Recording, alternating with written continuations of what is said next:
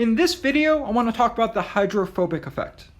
So in our cells, whenever we have compounds with nonpolar regions, for example, let's say we have these two phenylalanine amino acids, we know these R groups are nonpolar.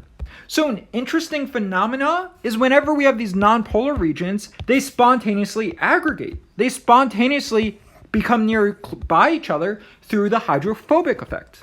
So why? Why does this happen? Why in cells, why do nonpolar regions always spontaneously aggregate through the hydrophobic effect? And it's important to realize these are not bonds. You don't call this a hydrophobic bond. This is an effect. This is a phenomena where these nonpolar regions aggregate coming nearby each other. But why? Why does this spontaneously occur in cells? Well, let's think about it.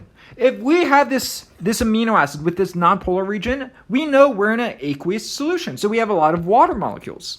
So these water molecules are going to come nearby this nonpolar region, and they're going to try to form enthalpically favorable bonds. But there aren't any favorable bonds that can be formed between this polar water molecule and this nonpolar aliphatic region.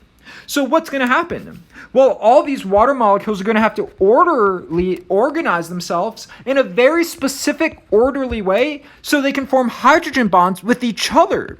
So now these water molecules can form these enthalpically favorable hydrogen bonds with each other. But in order to do this, they have to get in a very orderly and organized way, in a very specific dimensions and geometry, so they're in a very specific way so they can organize themselves so they can form hydrogen bonds. But this is very orderly. This water and all this orderly situation is very orderly, and it's very entropically unfavorable. Because we know something is entropically favorable when it becomes disorganized. That's when entropy increases, and that's favorable. However, this water with this nonpolar interface, this is very orderly. This is in a very specific orderly fashion, so that's not disorganized. So therefore, this is not entropically favorable.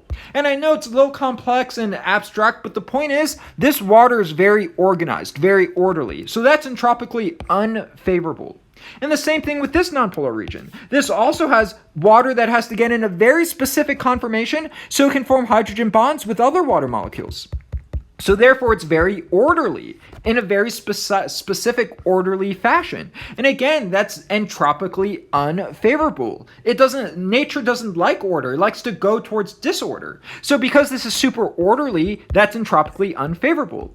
However, then we go through the hydrophobic effect, where these nonpolar regions get nearby each other. Why is this favorable? Why does this spontaneously happen?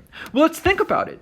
Remember, we do have water interfaces with this nonpolar region. So all this interface, this water between this nonpolar region, all this water that's interfacing has to get in a very orderly fashion so it can form favorable hydrogen bonds with each other. So all this water is very orderly.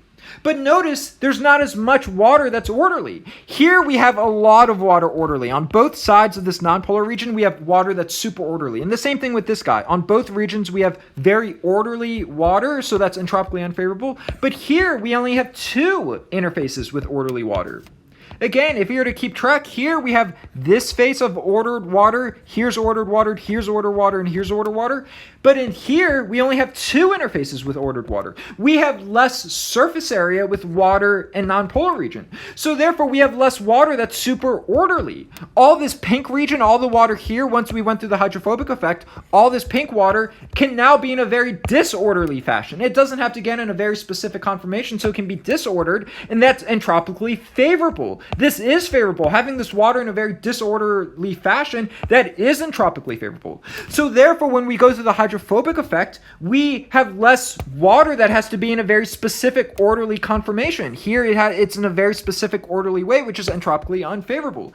So therefore, whenever we go through the hydrophobic effect, we have less water that has to be in this very orderly fashion, so that's entropically favorable. And this will be true for any nonpolar regions. Whenever we have nonpolar regions, for example, if we have two aliphatic tails, these nonpolar regions, they have orderly water that has to get very orderly. However, when they get nearby each other, there's all this interaction where there doesn't have to be water that's orderly. So the point is, when we go through the hydrophobic effect, there's less water. All this water can now be disorganized with a high favorable entropy. So therefore, that's why that's why this is a spontaneous process. And we know that spontaneity, we know entropy impacts spontaneity. So that's why this spontaneously occurs, because this entropy is very powerful and it allows this to be favorable.